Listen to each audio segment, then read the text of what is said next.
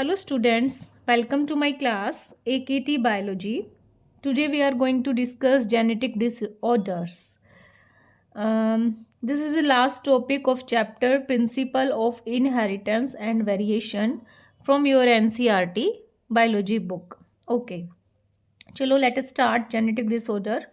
Genetic disorders जैसे इसका name ही suggest कर रहा है कि डिसऑर्डर्स डिजीज जो जीन से रिलेटेड है। जेनेटिक मीन्स जीनोम से रिलेटेड है, जीन से रिलेटेड है, जीन में डिफेक्ट होने की वजह से जो डिजीज़ हुए हैं उनको आप बोलोगे जेनेटिक डिसऑर्डर। ओके, तो जेनेटिक डिसऑर्डर आप दो कैटेगरी में डिवाइड करेंगे, Mendelian disorders and chromosomal disorders. Mendelian disorders जो पॉइंट म्यूटेशन की वजह से होते हैं, पॉइंट म्यूटेशन मतलब सिंगल बेस में मॉडिफिकेशन की वजह से होते हैं, सिंगल बेस में चेंजेस की वजह से होते हैं, सिंगल बेस में किसी भी तरह की म्यूटेशन जो होती है उसकी वजह से होते हैं, जीन में डिफेक्ट होने की वजह से ऑन अ क्रोमोसोम। ठीक है, किसी भी क्रोमोसोम पे वो हो सकते हैं। उसके अलावा क्रोमोसोमल डिसऑर्डर्स जो हैं वो होते हैं ड्यू टू एडिशन और डिलीशन ऑफ अ क्रोमोसोम और स्ट्रक्चरल एबनॉर्मेलिटी इन दी क्रोमोसोम्स। मतलब जैसे आपने अपना कैरियोटाइप आपको पता है, आपने क्लास 11th में भी पढ़ा है। वी हैव 46 क्रोमोसोम, जिसमें से 44 जो हैं वो आपके ऑटोसोम्स हैं एंड लास्ट वाले 45-46 जो हैं वो आपके सेक्स क्रोमोसोम्स हैं। फीमेल है तो XX है, मेल है तो XY है। ठीक है, मतलब ये कैरियोटाइप है, क्रोमोसोम हम कुछ इस तरह से ड्रॉ करते हैं। ठीक है, जीन्स आपके क्रोमोसोम्स के ऊपर प्रेजेंट होते हैं, ये आपने क्रोमोसोमल थ्योरी ऑफ इनहेरिटेंस में भी पढ़ा है। तो जीन्स में जो क्रोमोसोम के ऊपर है उनमें डिफेक्ट होने की वजह से जो डिजीज़ होते हैं दे आर मेंडेलियन डिसऑर्डर। उसके अलावा क्रोमोसोमल डिसऑर्डर मतलब जैसे वी आर डिप्लॉइड, राइट, तो क्रोमोसोम्स जो हैं वो पेयर में होते हैं 2n। ठीक है, तो लेकिन मान लो पेयर में 2n ना होने की बजाय एक एक्स्ट्रा क्रोमोसोम ऐड ऑन हो जाए, जैसे 2 की बजाय 3 हो जाए। ठीक है, जैसे ये होता है एग्जाम्पल डाउन सिंड्रोम में होता है, आपका जो 21st क्रोमोसोम है विच इज़ एन ऑटोसोम, उसमें एक एक्स्ट्रा क्रोमोसोम ऐड ऑन हो जाता है, उसको उसकी ट्राइसोमी बोलते हैं, अदरवाइज तो डिप्लॉइड होते हैं। ठीक है, या जैसे उस कंडीशन को हम ऐसे लिखेंगे 2n+1, या एक जैसे नॉर्मली ये जो है ये नॉर्मल कंडीशन है। ठीक है, नॉर्मली डिप्लॉइड है, या इसमें से एक गायब हो जाए, एक डिलीट हो जाए तो सिंगल एक क्रोमोसोम रह जाएगा, that is again chromosomal disorder, जैसे टर्नर सिंड्रोम में होता है, मैं आपको डिटेल में कराऊंगी। या उसमें कोई किसी भी क्रोमोसोम में कोई स्ट्रक्चरल एबनॉर्मेलिटी हो, तो इन सब रीजनों की वजह से होते हैं क्रोमोसोमल डिसऑर्डर। और मेंडेलियन डिसऑर्डर होते हैं क्रोमोसोम के ऊपर जो जीन्स हैं उनमें पॉइंट म्यूटेशन या कोई मॉडिफिकेशन होने की वजह से जो डिजीज़ होते हैं वो होते हैं मेंडेलियन डिसऑर्डर्स। सबसे पहले हम डिस्कस करेंगे मेंडेलियन डिसऑर्डर्स को। मेंडेलियन डिसऑर्डर्स जो आपने पढ़ा भी है, मेंडल्स के लॉ के अकॉर्डिंग जीन्स जो हैं वो मेंडल्स लॉ को फॉलो करते हैं। तो यहाँ पे हम मेंडेलियन डिसऑर्डर्स के एग्जांपल करेंगे, जिसमें सबसे पहला है आपका हीमोफीलिया। ठीक है, हीमोफीलिया एक, अच्छा मैं एक चीज़ आपको बताना भूल गई, जो डिसऑर्डर्स हैं ये मेंडेलियन डिसऑर्डर्स हैं या कोई भी जो जेनेटिक डिसऑर्डर है उसको आप 2 कैटेगरी में डिवाइड करोगे, ऑटोसोमल एंड सेक्स लिंक्ड। ठीक है, ऑटोसोमल, अगर आपके ऑटोसोम्स जो हैं, ऑटोसोमल क्रोमोसोम्स जो हैं उनमें जो जीन में डिफेक्ट होने से डिजीज़ होता है तो आपका जो डिसऑर्डर होगा वो ऑटोसोमल होगा। अगर सेक्स लिंक्ड क्रोमोसोम या X या Y में डिफेक्ट होने की वजह से होता है तो डिजीज़ जो है वो आपका सेक्स लिंक्ड होगा। फर्दर ऑटोसोमल भी आगे डोमिनेंट भी हो सकता है, रिसेसिव भी हो सकता है, उसी तरह सेक्स लिंक्ड डोमिनेंट भी हो सकता है, रिसेसिव भी हो सकता है, जो मैंने आपको पेडिग्री एनालिसिस में करवाया था। डोमिनेंट मतलब वो जनरेशन स्किप नहीं करेगा, वो एक्सप्रेस होगा ही। ठीक है, वो डिफेक्ट हर जनरेशन में एक्सप्रेस होगा। रिसेसिव मतलब कि वो अपनी रिसेसिव फॉर्म में होगा, कैरियर का काम करेगा किसी भी जनरेशन में, बट वो एक्सप्रेस नहीं होगा। डिजीज कंडीशन नहीं होगी। तो हीमोफीलिया जो है सेक्स लिंक डिसऑर्डर है, मतलब कि ये जनरली वैसे एक्स क्रोमोसोम जो वाई लिंक्ड भी होते हैं सेक्स लिंक्ड, ये हीमोफीलिया जो है सेक्स लिंक्ड एक्स क्रोमोसोम जो है ये डिसऑर्डर है और ये रिसेसिव है, ठीक है। And it is transmitted from unaffected carrier female to its her male progeny, ठीक है। अनअफेक्टेड कैरियर फीमेल, अनअफेक्टेड मतलब फीमेल जो है वो खुद हीमोफिलिक नहीं है, वो अनअफेक्टेड है बट वो कैरियर है। मतलब उसमें जो फीमेल की अगर हम जेनेटिक कॉम्पोजिशन यहाँ पे लिखेंगे तो इस तरह से लिखेंगे कि एक एक्स क्रोमोसोम जो डोमिनेंट है वो नॉर्मल है और रिसेसिव वाला जो है स्मॉल जो है वो हीमोफिलिक है, बट बिकॉज वो जो है हीमियोफिलिक है बट रिसेसिव है तो वो एक्सप्रेस नहीं हो रहा है। इसका मतलब ये वाला डोमिनेंट है, इसीलिए ये फीमेल जो है ये कैरियर है, हर सेल्फ उसको हीमोफीलिया नहीं है। ये हेट्रोजाइगस इसकी कंडीशन है। मेल जो है वो नॉर्मल है एक्स वाई। जब इनका क्रॉस अगर हम बनाते हैं, सपोज ये जो है फीमेल के क्रोमोसोम्स हैं, ये जो है मेल के हैं। जब एक्स और एक्स नॉर्मल जो है दोनों डोमिनेंट कंबाइन होंगे तो नॉर्मल डॉटर होगी, क्योंकि एक्स एक्स डॉटर होता है, X Y normal son, okay. अब यहाँ पे ये रिसेसिव जो है एक्स क्रोमोसोम जो डिजीज़ कंडीशन कैरी कर रहा है वो, और फादर से नॉर्मल एक्स क्रोमोसोम आया लेकिन ये वाला डोमिनेंट है तो इसीलिए ये डॉटर कैरियर होगी। लेकिन ये वाला जो सन है एक्स, ये वाला आया मदर से, कैरियर फीमेल से, और फादर से वाई आया, क्योंकि एक्स का कोई काउंटर पार्ट नहीं है, कॉम्प्लीमेंट्री नहीं है इधर, इसीलिए एक्स तो हर कंडीशन में इस वाले सन में एक्सप्रेस होगा, तो ये वाला सन जो है वो अफेक्टेड होगा।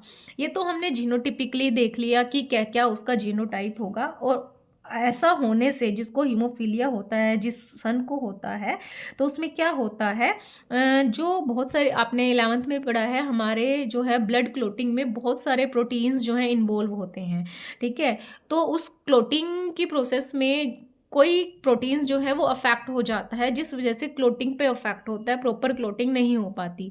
तो ऐसे पर्सन जो हीमोफिलिक हैं तो उनकी क्लोटिंग पे अफेक्ट होता है, क्योंकि सम ऑफ द प्रोटीन जो इन्वॉल्व होते हैं आपके ब्लड क्लोटिंग में वो नहीं बन पाते। तो अगर उनको माइनर भी कट लगता है, थोड़ी भी इंजरी होती है, तो बहुत ज़्यादा ब्लीडिंग हो जाती है, बिकॉज क्लोटिंग जो है वो इफेक्टिवली नहीं हो रही है, ठीक है। नेक्स्ट, अब जैसे मैंने इसमें बताया आपको कि ये कैरियर फीमेल से उसके सन को हो रहा है, ज़्यादा चांसेस तो यही है, बट लेकिन अगर डॉटर अफेक्टेड होनी है, डॉटर तभी अफेक्टेड होगी अगर मदर कैरियर होगी और फादर भी हीमोफिलिक होगा, तभी डॉटर अफेक्टेड होगी, अदरवाइज नहीं होगी।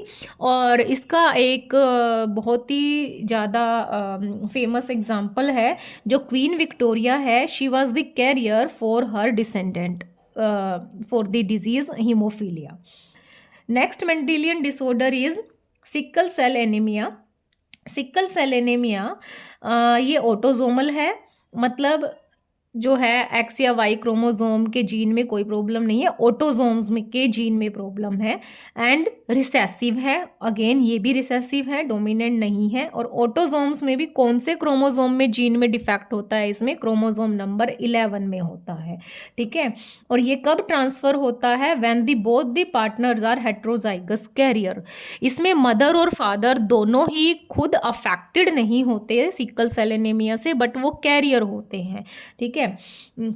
सिकल सेल एनीमिया के लिए जो हम अलील बनाएंगे वो बनाएंगे HbA HbS। HB ये पूरा एक है, HB stands for haemoglobin and HB stands for again haemoglobin, A stands for normal haemoglobin, S stand for sickled conditions, ठीक है।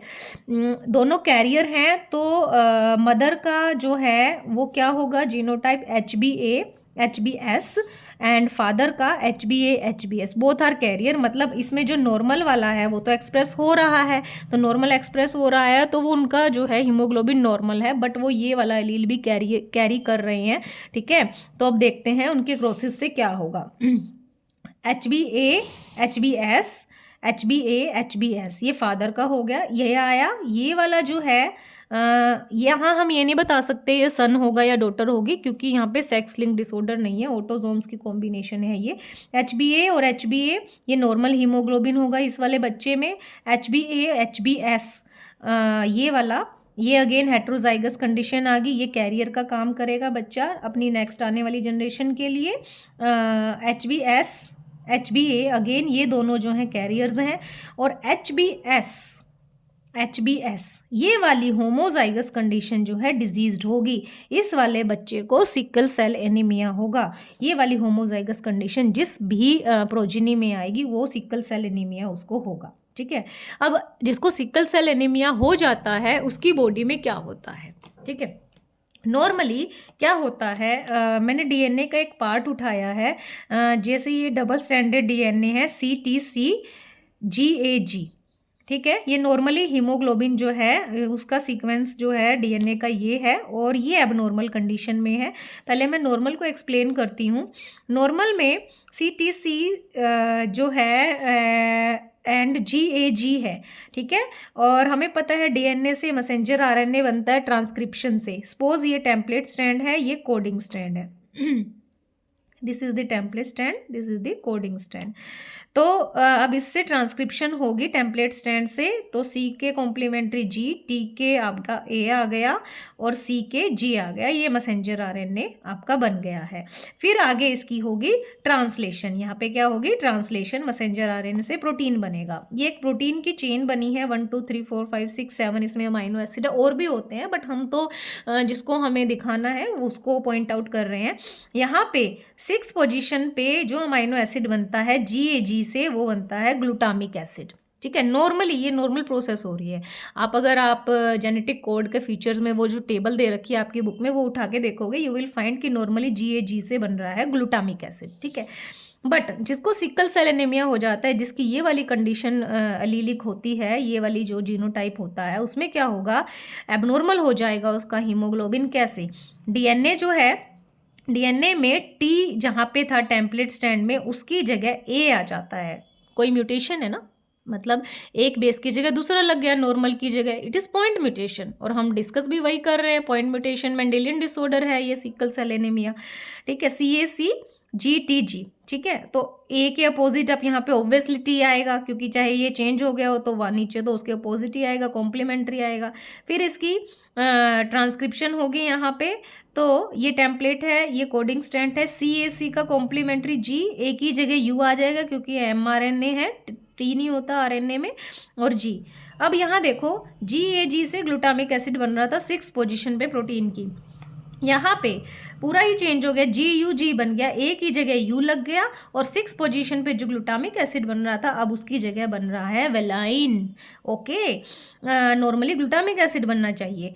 और आप अगेन कोडोन वाली जो टेबल उठा के देखोगे, you will find GUG code for valine. Cell तो अपने अकॉर्डिंग चल रही है, जो उसे सीक्वेंस दिखाई दे रहा है उसके अकॉर्डिंग वो अमाइनो एसिड बना रही है, बट वो नॉर्मल नहीं है, वो एबनॉर्मल है, क्योंकि यहाँ पे पॉइंट म्यूटेशन हो गई थी। यहाँ पे वेलिन नहीं होना चाहिए, ग्लूटामिक एसिड होना चाहिए, ठीक है। इस तरह से चेंजेस हो जाते हैं। एज अ रिजल्ट क्या होता है, फिनोटिपिकली क्या होगा कि क्योंकि हीमोग्लोबिन आपको पता है, हीमोग्लोबिन अल्फा 2 और बीटा 2 2 चेन से मिलके बना हुआ है, और हीमोग्लोबिन का जो फंक्शन होता है वो हमारी बॉडी में होता है ऑक्सीजन कैरी करना, सबको पता है, ठीक है। तो जिससे क्या है, इसकी स्ट्रक्चर अफेक्ट हो जाएगी। ये जो है, ये चेन जो हम डिस्कस कर रहे थे, ये बीटा चेन में गड़बड़ आ गई है हीमोग्लोबिन की, ठीक है। बीटा चेन प्रोटीन है एक, ठीक है। तो जिससे क्या होगा, जो हीमोग्लोबिन है इट विल अंडरगो पॉलीमराइजेशन, और क्योंकि उसकी ऑक्सीजन कैरिंग कैपेसिटी कम हो जाएगी, तो उस लो ऑक्सीजन एरिया के अंदर, उस लो ऑक्सीजन कंडीशन को बोलते हैं हाइपोक्सिया, उसमें वो पॉलीमराइजेशन में चला जाएगा। एज ए रिजल्ट आरबीसीज की शेप चेंज हो जाएगी, क्योंकि आपका जो हीमोग्लोबिन है वो आरबीसीज में होता है, ठीक है। आरबीसीज की शेप जो है वो चेंज हो जाएगी। नॉर्मली आरबीसीज की शेप होती है बाइकनकेव, इस तरह नॉर्मल, बट जिसको सिकल सेल एनीमिया हो गया उसके जो आरबीसीज की शेप है कुछ इस तरह से हो जाएगी, जिसको बोलते हैं sickle shape. That's why the disease is sickle cell anaemia. और ये सिकल सेल एनीमिया जो है ये एक क्वालिटेटिव डिसऑर्डर है, शेप चेंज हो जाती है आरबीसीज की। Next Mendelian disorder is phenylketonuria. ये भी ऑटोजोमल डिसऑर्डर है, यानी ऑटोजोम्स में जो जीन है उनमें डिफेक्ट होने की वजह से होता है। अगेन रिसेसिव है, ये डोमिनेंट नहीं है। ऑटोजोम्स में भी कौन सा ऑटोजोम्स है, दैट इज क्रोमोजोम नंबर 12 के जीन में डिफेक्ट होने से होता है। It transfer when both the partners are carrier और हेट्रोजाइगस। अगेन यहाँ भी सिकल सेल एनीमिया की तरह दोनों ही पार्टनर जो है वो कैरियर होते हैं। खुद जो है उनको फिनाइल कीटोन्यूरिया नहीं होता, लेकिन जो रिसेसिव अलील है उनका वो आगे जाके उनको कैरियर का काम करता है। इस डिजीज़ में होता क्या है, नॉर्मली क्या होता है कि फिनाइल एलानिन जो है आपकी बॉडी में वो कन्वर्ट होता है टायरोसिन में एक एंजाइम की प्रेजेंस में। ये नॉर्मल कंडीशन है जिसको फिनाइल कीटोन्यूरिया नहीं है। Phenyl alanine is converted into tyrosine in the presence of an enzyme, ठीक है। जिसको फिनाइल कीटोन्यूरिया हो जाता है उसकी बॉडी में ये एंजाइम एब्सेंट हो जाता है। अगर ये एंजाइम एब्सेंट हो जाएगा तो ये प्रोसेस नहीं होगी, मतलब फिनाइल एलानिन जो है वो टायरोसिन में कन्वर्ट नहीं होगा। तो अगर ये टायरोसिन में कन्वर्ट नहीं होगा तो क्या होगा, phenyl alanine will convert into phenyl pyruvic acid and उसके कुछ दूसरे other derivatives.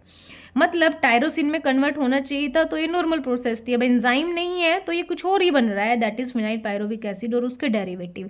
Phenyl pyruvic acid जो है वो अच्छा नहीं है आपके ब्रेन के लिए। It will start accumulating in the brain, as a result mental retardation हो जाती है उस पेशेंट में जिसको फिनाइल कीटोन्यूरिया हो जाता है।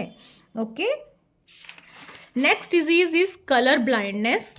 कलर ब्लाइंडनेस आपका हीमोफीलिया की तरह सेक्स लिंक्ड है, मतलब आपके एक्स क्रोमोसोम पे जीन जो है उसमें डिफेक्ट होने की वजह से होता है।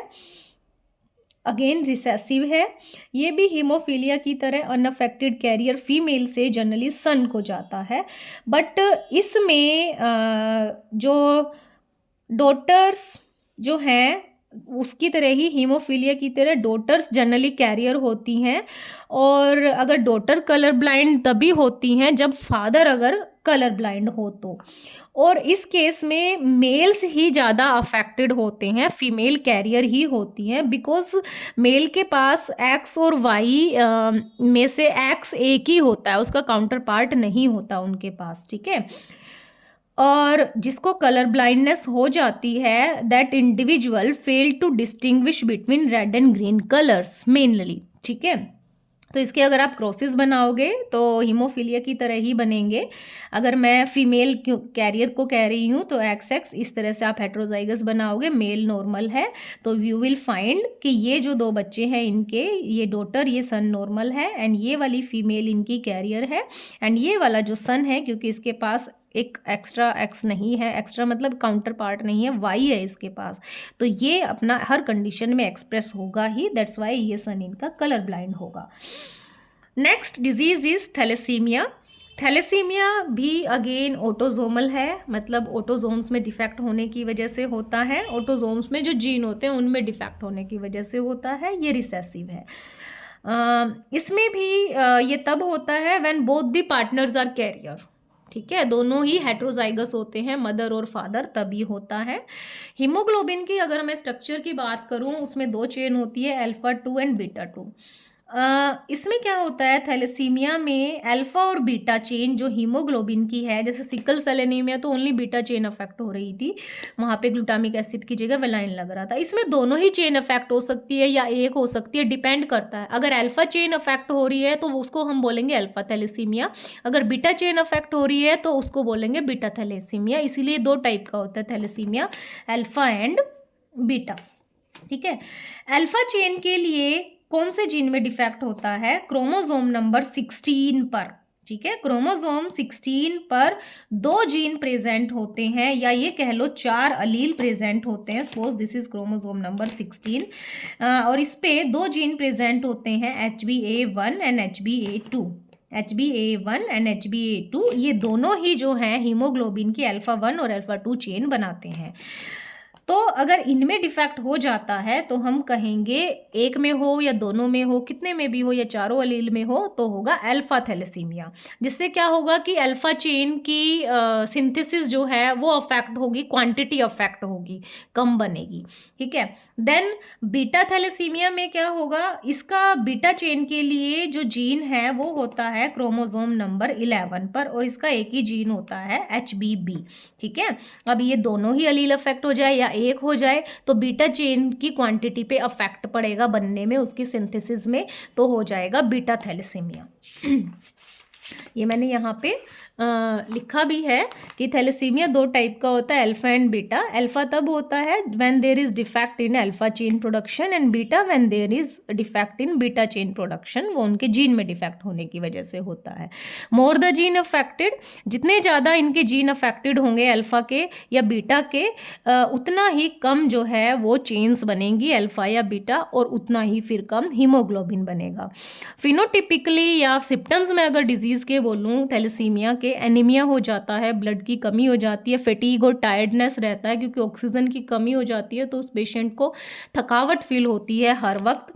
एंड थैलेसीमिया जो है वो क्वांटिटेटिव डिजीज़ है। ठीक है। बट सिकल सेल एनीमिया जो पहले पढ़ा था वो क्वालिटेटिव वन था। ठीक है। क्योंकि वहाँ पे शेप अफेक्ट हो रही थी, यहाँ पे हीमोग्लोबिन की क्वांटिटी अफेक्ट हो रही है। That's why thalassaemia is quantitative while sickle cell anemia is qualitative disorder. Okay, I hope आपको मेंडेलियन डिसऑर्डर समझ में आए हैं, जो क्रोमोसोम्स के ऊपर जीन में डिफेक्ट होने की वजह से होते हैं, पॉइंट म्यूटेशन की वजह से होते हैं। ओके, ये तो थे आपके जीन में डिफेक्ट होने की वजह से। दूसरे मैंने आपको बताए क्रोमोसोमल डिसऑर्डर्स, जो क्रोमोसोम के नंबर्स में अफेक्ट हो जाता है, कुछ ना कुछ गड़बड़ हो जाती है, वो अब हम अभी करते हैं इसी टॉपिक में। क्रोमोसोमल डिसऑर्डर क्यों होते हैं? ड्यू टू द एब्सेंस और एक्सेस और एबनॉर्मल अरेंजमेंट ऑफ वन और मोर क्रोमोसोम। ठीक है। आपके जो क्रोमोसोम्स हैं, चाहे वो ऑटोसोम्स हैं, चाहे वो आपके सेक्स क्रोमोसोम हैं, उनमें वो डिप्लॉयड होते हैं, 2 होते हैं ना, 2n होते हैं, एक एक्स्ट्रा ऐड हो गया या एक कम हो गया या अरेंजमेंट उनका कुछ गड़बड़ हो गया, तो क्रोमोसोमल डिसऑर्डर है। क्रोमोसोमल डिसऑर्डर के लिए हम 2 कंडीशन हमें पता होनी चाहिए, एन्यूप्लॉइडी एंड पॉलीप्लॉइडी। एन्यूप्लॉइडी क्या होता है? Failure of segregation of chromatid during cell division result in gain or loss of a chromosome or chromosomes. मतलब सेल डिवीजन के टाइम आपको पता ही है ना, फेज में जो है क्रोमेटिड जो है वो सेपरेट होते हैं। वहाँ पे कुछ अगर गड़बड़ हो जाती है तो एक क्रोमेटिड एक्स्ट्रा, क्रोमोसोम एक्स्ट्रा हो जाता है या कम हो जाता है, मतलब जहाँ से गया वहाँ तो कम हो जाएगा और अगले वाले पेयर में वो मतलब डबल हो जाएगा, एक्स्ट्रा हो जाएगा वहाँ पे, तब गेन या लॉस होता है एक क्रोमोसोम का। ठीक है। और इसका एग्जाम्पल है डाउन सिंड्रोम, जिसमें क्या होता है 21वां क्रोमोसोम जो एक ऑटोसोम है उसकी ट्राइजोमी हो जाती है। जनरली क्या होते हैं क्रोमोसोम ऐसे होते हैं ना, डिप्लॉइड होते हैं, बट एक और ऐड हो जाता है, 3 हो जाता है। इस कंडीशन को बोलते हैं ट्राइजोमी और रिप्रेजेंट ऐसे करते हैं 2n+1। ये तो एक्स्ट्रा ऐड होने का था। और लॉस भी हो सकता है एक क्रोमोसोम, जैसे टर्नर सिंड्रोम में, यहाँ पे सेक्स क्रोमोसोम में होता है कि जो एक्स क्रोमोसोम है वो एक मिस हो जाता है, और ये फीमेल में होता है जनरली कि फीमेल एक्स 2 क्रोमोसोम होते हैं तो एक गायब हो जाएगा। सपोज मैं इसको फिर 0 से रिप्रेजेंट कर रही हूँ। ठीक है। एक गायब हो गया और इस कंडीशन को बोलते हैं मोनोसोमी, डिलीट हो गया या यू कह सकते हो, एंड रिप्रेजेंट इसको ऐसे हम करेंगे 2n-1। This is aneuploidy. Polyploidy मतलब पॉली मीन्स होल, पूरा का पूरा। Failure of cytokinesis after telophase stage of cell division result in increase in a whole set of chromosome in an organism. The phenomena is polyploidy. polyploidy में क्या है, आपने पढ़ा है सेल डिवीजन में पहले कैरियोकाइनेसिस होती है, फिर साइटोकाइनेसिस होती है। कैरियोकाइनेसिस में आप सेल डिवीजन पढ़ते हो, nuclear division, prophase, metaphase, anaphase, telophase. Telophase के बाद जब आपका जेनेटिक मटेरियल डबल हो गया है, वो सेल भी डिवाइड हो जाती है और दोनों डॉटर सेल के पास अपना अपना जेनेटिक मटेरियल जाता है। बट लेकिन अगर ऐसा ना हो, ठीक है, कि सेल डिवीज़न के बाद न्यूक्लियर डिवीज़न के बाद सेल डिवाइड ना हो तो वो पूरा का पूरा जीनोम जो है डबल हो जाता है। जैसे देखो प्रोफेज़, मेटाफेज़, एनाफेज़, टीलोफेज़ के बाद ये एक सेल है, इसमें न्यूक्लियर जो है अमाउंट जो है डीएनए का डबल हो गया, पूरा जीनोम डबल हो जाता है। फिर साइटोकाइनेसिस होती है, 2 सेल डॉटर सेल बनती है, सबके अपना दोनों के पास जीनोम पूरा पूरा सेट चला जाता है। बट लेकिन अगर ये सेल डिवीज़न ना हो, साइटोकाइनेसिस ना हो, सेल डिवीज़न नहीं, साइटोकाइनेसिस अगर ना हो, ठीक है, तो ये पूरा का पूरा जेनेटिक मटेरियल एक ही सेल में रह गया ना, डबल हो गया ना, होल सेट, पूरा सेट जीनोम का एक ही सेल में डबल हो गया, उसकी कॉपी डबल हो गई, ठीक है, increase in a whole set of chromosome, पूरा सेट डबल हो जाना, दैट कंडीशन इज पोलीप्लोइडी। और जनरली ये प्लांट्स में होती है। आई होप आपको याद होगा माइक्रोस्पोरेंजियम, जो उसकी इनर मोस्ट वॉल होती है, टपिटम, वो बाइन्यूक्लिएटेड होती है, इसी वजह से होती है। और ये फिनोमिना प्लांट्स के लिए तो यूज़फुल भी है, न्यूट्रिशन का काम इससे ईजी हो जाता है। And whole set of the genome get duplicated. So polyploidy और एनीप्लोइडी में क्या डिफरेंस है? पोलीप्लोइडी में पूरा का पूरा सेट डबल हो जाएगा, आपका डीएनए का, क्रोमोसोम्स का कॉपीड हो जाएगी, पूरा जीनोम डबल हो जाएगा। एनीप्लोइडी में किसी पर्टिकुलर ऑटोसोम्स में या सेक्स क्रोमोसोम में एक्स्ट्रा ऐड ऑन हो जाता है या लॉस हो जाता है। कुछ क्रोमोसोमल डिसऑर्डर्स के एग्जाम्पल करेंगे। सबसे पहले डाउन सिंड्रोम। डाउन सिंड्रोम आपका 21st क्रोमोसोम जो है उसकी ट्राइजोमी हो जाती है, जैसे मैंने अभी बताया, वो 2n की बजाय एक और उसमें ऐड हो जाता है, 2n+1, उसको हम लिखेंगे। And it is describe by Langdon down in 1866, that's why इस डिजीज़ का नाम लैंगडन सिंड्रोम है। सिम्टम क्या होते हैं? ऐसे पर्सन शॉर्ट हाइट के होते हैं with small round head, furrowed tongue मतलब टंग जो है थोड़ी रिंकल्ड होती है, पार्शली ओपन माउथ होता है, पाम जो है उनकी हाथ की जो हथेली है ब्रॉड होती है काफ़ी, विद क्रीज करेक्टरिस्टिक्स, जो हाथ की हम कहते हैं ना, जो हाथों की लकीरें हैं वो बहुत ज़्यादा क्लियर दिखती हैं। Physical, psychomotor and mental development retarded, mentally और साइकोलॉजिकली थोड़ा सा वो पर्सन जो है रिटार्डेड होगा। देन क्लाइनफेल्टर सिंड्रोम, ये जो है it is due to the presence of additional copy of X chromosome. Generally ये मेल्स में होता है, मेल क्या होते हैं, XY होते हैं, तो एक एक्स्ट्रा कॉपी एक्स क्रोमोसोम की ऐड ऑन हो जाती है, तो क्रोमोसोम कितने हो जाएंगे? 44, तो पेयर जो है 44 पेयर्स नहीं आएगा यहाँ पे, 44 पेयर तो मैंने बना ही दिए ना, 44 जो है 44 के साथ एक ये XY होना चाहिए तभी 46 होंगे, लेकिन एक एक्स्ट्रा X आ जाता है तो 47 हो जाता है। ओवरऑल क्योंकि ये मेल में होता है, ओवरऑल वो बंदा मैस्कुलिन होता है, मेल होता है, बट कुछ फीमेल कैरेक्टरिस्टिक्स उसमें आ जाते हैं क्योंकि एक्स क्रोमोसोम फीमेल कैरेक्टरिस्टिक्स के लिए रिस्पॉन्सिबल है, ठीक है। तो एक्स क्रोमोसोम की वजह से एक्स्ट्रा फेमिनिन डेवलपमेंट हो जाती है, डेवलपमेंट ऑफ ब्रेस्ट, जिस कंडीशन को गायनेकोमेस्टिया बोलते हैं। एंड ऐसे इंडिविजुअल्स, ऐसे मेल जो हैं वो स्टेराइल होते हैं, फर्टाइल नहीं होते। Third is Turner syndrome. Turner syndrome जैसे ये एक एक्स क्रोमोसोम एक्स्ट्रा होने की वजह से होता है क्लाइनफेल्टर, और ये वाला होता है एक एक्स क्रोमोसोम की एब्सेंस होने की वजह से, और ये फीमेल में होता है। इसके कैरियोटाइप को हम ऐसे लिखेंगे 44, ये तो आपके ऑटोसोम्स हो गए, ठीक है। और जो फीमेल है, क्योंकि फीमेल में नॉर्मली एक्स और एक्स होगा, राइट, बट लेकिन यहाँ पे एक एक्स क्रोमोसोम जो है वो गायब हो जाता है, मिसिंग होता है, इसीलिए ये वाली कंडीशन हम मानेंगे। तो क्रोमोसोम टोटल कितने हो गए? 45। इट अकर्स इन फीमेल, और ऐसी फीमेल्स जो हैं वो स्टेराइल होती हैं, they are not fertile because उनकी जो ओवरी है वो रूडिमेंट्री होती है। रूडिमेंट्री मतलब नॉट वेल डेवलप्ड, ठीक है। और जब ओवरीज पूरी डेवलप नहीं होगी तो एग्स और ओवम कैसे बनेंगे, ठीक है, that's why they are sterile. और उसके अलावा उनमें दूसरे जो फीमेल सेक्सुअल कैरेक्टर्स हैं वो भी एब्सेंट होते हैं। आई होप आपको क्रोमोसोमल डिसऑर्डर्स और मेंडेलियन डिसऑर्डर्स समझ में आ गए होंगे। उसके अलावा अगर डाउट्स हैं तो आप अपनी क्वायरी डाल सकते हैं, I will solve your problems. इन पे बेस्ड क्वेश्चंस आपके CBSE बोर्ड में ज़रूर आते हैं, 1 मार्क्स में तो ज़रूरी कुछ ना कुछ वो पूछ लेते हैं। जैसे हीमोफीलिया है, हीमोफीलिया के इस तरह से पूछ लेंगे कि मदर कैरियर है, फादर ये है, कितना परसेंट जो है कौन-सी प्रोजेनी कितने परसेंट अफ़ेक्ट होगी, ठीक है? या फिर इनके जीनोटाइप पूछ लेंगे क्लाइनफेल्टर सिंड्रोम का या टर्नर सिंड्रोम का। या एन्यूप्लॉइडी पॉलीप्लॉइडी में डिफरेंस आ जाएगा। थैलेसीमिया में ये जो है क्रोमोसोम नंबर पूछ लेते हैं, कौन सा जो है कौन से क्रोमोसोम का कौन सा जीन अफेक्ट होता है। और सिकल सेल एनीमिया पे तो आना ही है, किसी ना किसी कोड में आ ही जाता है क्वेश्चन। आई होप आपके डाउट्स क्लियर हो गए होंगे। फिर भी आपको कोई भी डाउट है तो आप मुझे क्वायरी डाल सकते हैं या कमेंट कर सकते हैं, मैं आपकी प्रॉब्लम सॉल्व कर दूंगी। आई नो मैंने ये वीडियो